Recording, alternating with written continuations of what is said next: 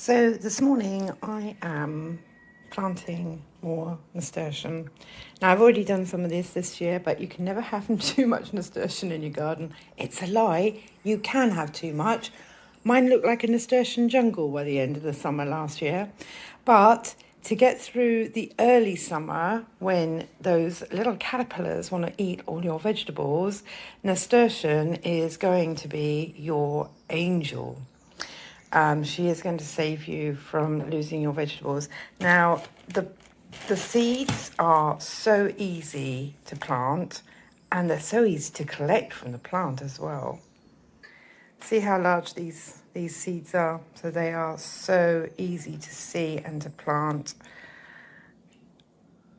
Incredibly easy. And when the caterpillars have eaten all the leaves on your flowers, you will be able to see these really easily on your plants and be able to go around and pick off what you need, bag it up for use next year. Anyway, I've planted some direct and I've planted some in modules that I've transplanted, and I've just come across another bag that I have. So we're going to plant these in here. So I've just done a little bit of a mixture of stuff. It's just to germinate, and then I'm going to be planting outside. So I'm just going to wet this up and plant these up. So when I had my kitchen redone, I had this amazing tap fitted. Now this tap has this little button on here which turns it into a spray, which is ideal for watering over. Let's lower the temperature and the pressure on that tap, and then we're just going to wet down this compost so that it's lovely and wet. Now, because I germinate my seeds in my conservatory, I can go nice and wet with the compost because it's going to dry off in the heat of the conservatory. Now, this is a little bit of old compost in here and it is not absorbing the water. This can happen with old compost. So it's not, you can get it to absorb. I just need to do a bit of extra work with it in order to make it hydrate. You've probably seen this with some of your old compost in the past. It will take. All the more reason to have it so soaked. Now, in the heat of the conservatory, these seeds aren't going to go all rotten and not germinate in such wet compost. What will actually happen is that the moisture will soak through and break down that edge of the husks of the seed, the shell, and help germination. But it is the mixture between the heat and the moisture that does that. Too much moisture and your seeds will rot. Too much heat and they will dry up and they won't germinate. Because we're working with such large seeds, we can actually plant them nicely in little holes that we make up for them. You could plant an awful lot more in here. I've spaced these out quite well, but that's going to help me split them up when they've germinated into little plants. To split up, that is so much easier than if you just scatter them and then their roots all start joining up together. So as long as you don't let them grow too large so that their roots will spread, then they shouldn't join up and you should be able to get them apart quite easily. So one thing to know about plants, I'm going to show you my little habanaders to illustrate what I'm about to say. So basically, you know that old saying, as above, so below. Well, that is exactly what it's like with plants. Whatever is above the ground is also below the ground. So you want to look at a balance. So let's see if we can get these into view.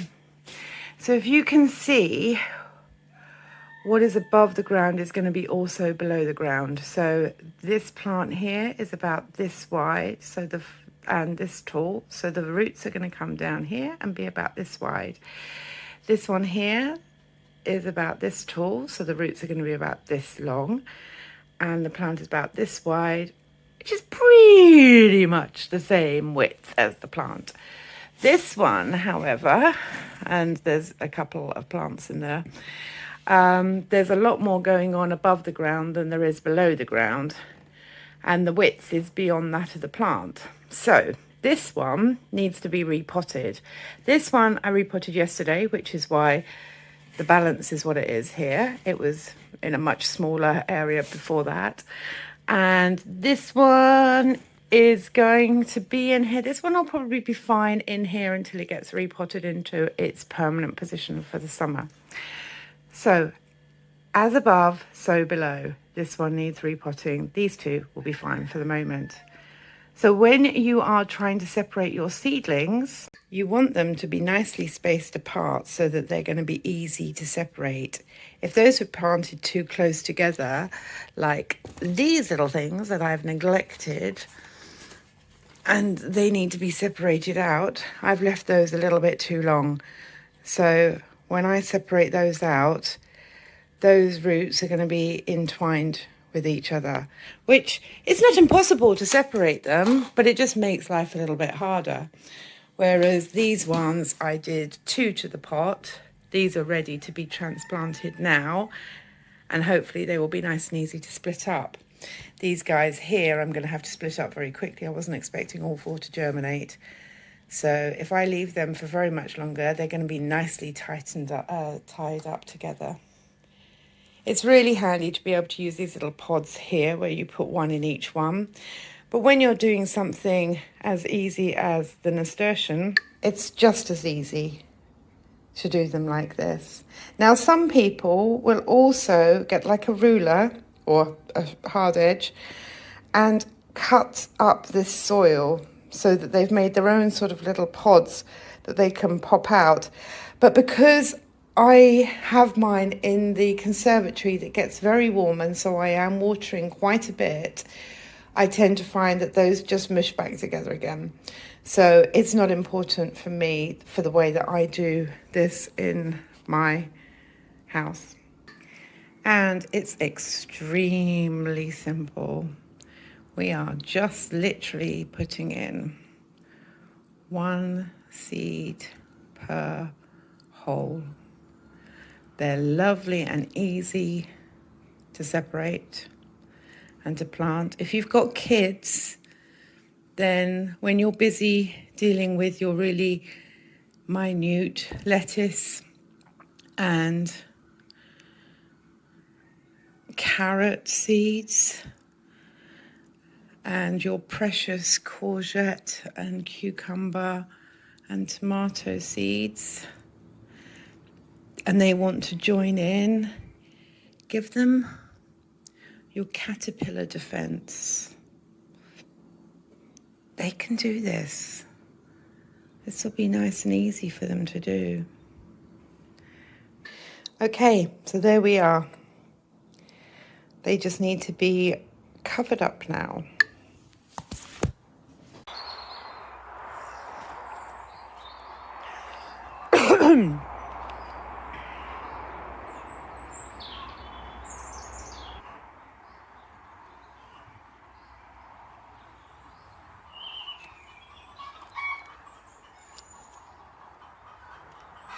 So, I do believe I mucked up with the video right then. I do hope I got it all properly.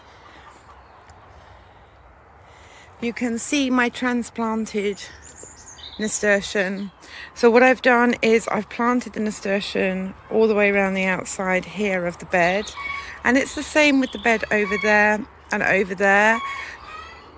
The ones over there don't look like they're doing so well, so I'm going to plant some seeds over there to hopefully get some more coming up. I'm missing nasturtium here because I ran out, and over there is my brassica bed, and I really need a load of nasturtium growing up over there if they're going to survive this year, because I have a feeling I'm not going to have much time to spend in that corner. Morning. Hello, Sylvie. Lovely to see you. Right. Oh, look, there's a little volunteer. It's always great to see the little volunteers. And it's easy. It's so easy. All you're doing is you're just, with the help of Sylvie, you are literally just pushing those seeds down into the moist soil. She does like to help, don't you? Now what you'll find is you'll never catch all the seeds in the summer when they need collecting, and you'll have quite a few volunteers come up. I'm expecting less volunteers this year because I changed my beds round and built new beds. So where the rough ground was previously, yes, sweetheart, oh, she's such a help.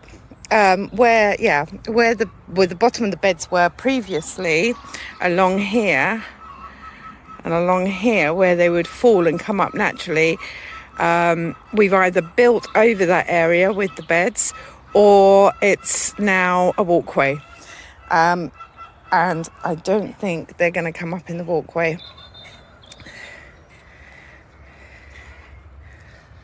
Right.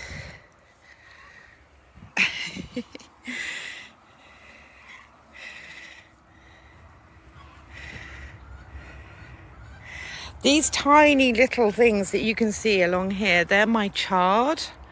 So hopefully they'll come up nicely. And these are my... Yes, the ones you're walking all over, that's my salad, my dear. Yes, it is. So what you find is that these lovely little transplants that you put in at this time of the year, that you grew from seed and you transplanted, they are going to grow up and they're going to produce a lovely colour ray around your garden in the early summer. The caterpillars are all going to munch that lot away. So all you've got then is like the skeleton of the plant and the seeds to collect for next year. And then the ones that you've sown later directly into the soil, or the volunteers that you didn't sow that coming up on their own from seeds that were dropped last year, will take over. So you've lost one set of colour, and the plants have sacrificed themselves to the caterpillars so that you can eat your food. And then into the late summer, you get a whole new burst of growth around the edges of your garden. That's the plan. We'll watch this video later on in the year and see whether that actually happened.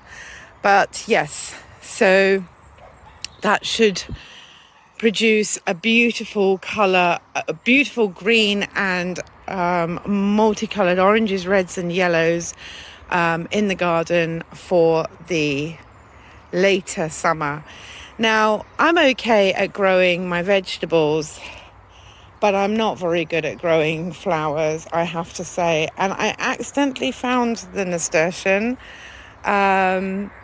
were such an incredible help against the caterpillars and so incredibly easy to grow that I have a very, very fond relationship with nasturtium.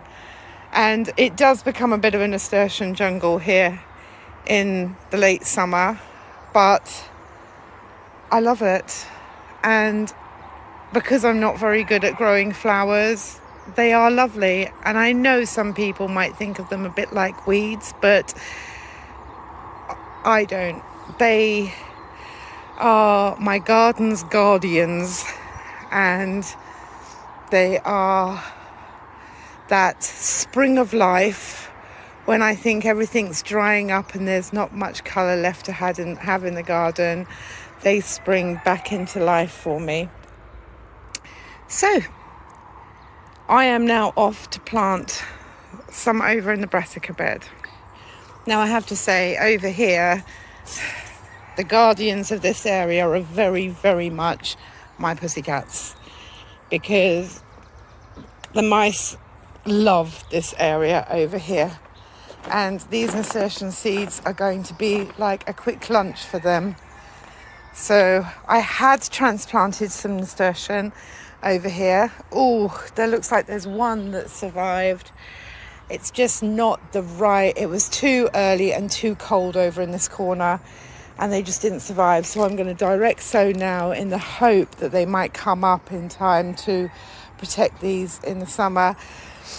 I might be too late though, and that is why I planted those ones indoors, so I can transplant them out here when it gets a bit warmer. Okay, so not that you can see any difference over here, but I have now planted the odd ones all the way through here. Now what I would really like to do is discover a way for the nasturtiums and the brassicas to live together and protect each other from, or for the nasturtiums to protect the brassicas against the caterpillars.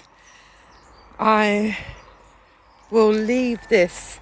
So this is my experiment for this year. So I have more brassicas that I'm planting over in my new garden over there.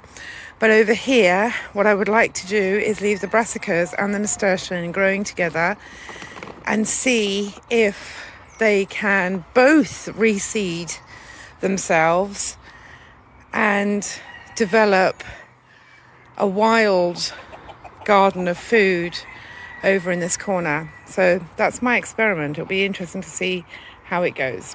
Hey, look at that. I thought this one had died off, but amazingly enough, it's got some more growth coming back. So they are quite resilient and forgiving. I'm not saying they all are. I have lost some in the bad weather, but look, see?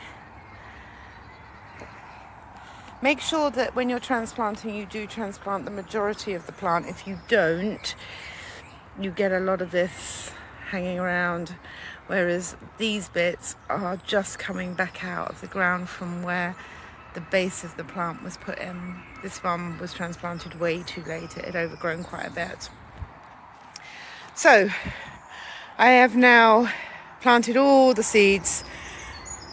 I get addicted. I just want to keep going, but I have done the edges, and hopefully later in the year we will be able to reap the benefits of that. So watch this space, and these little guys here are going to be all over the place. And you can eat those leaves and the flowers, you can as well. So I try and aim to have everything in the garden edible, so that anyone could come in and munch away on something and know they weren't eating anything that was poisonous or that wouldn't taste nice. So this is what I'm hoping to be tasting later on this evening. These are well and truly ready to be picked, right? So from the asparagus and I, we wish you all the best.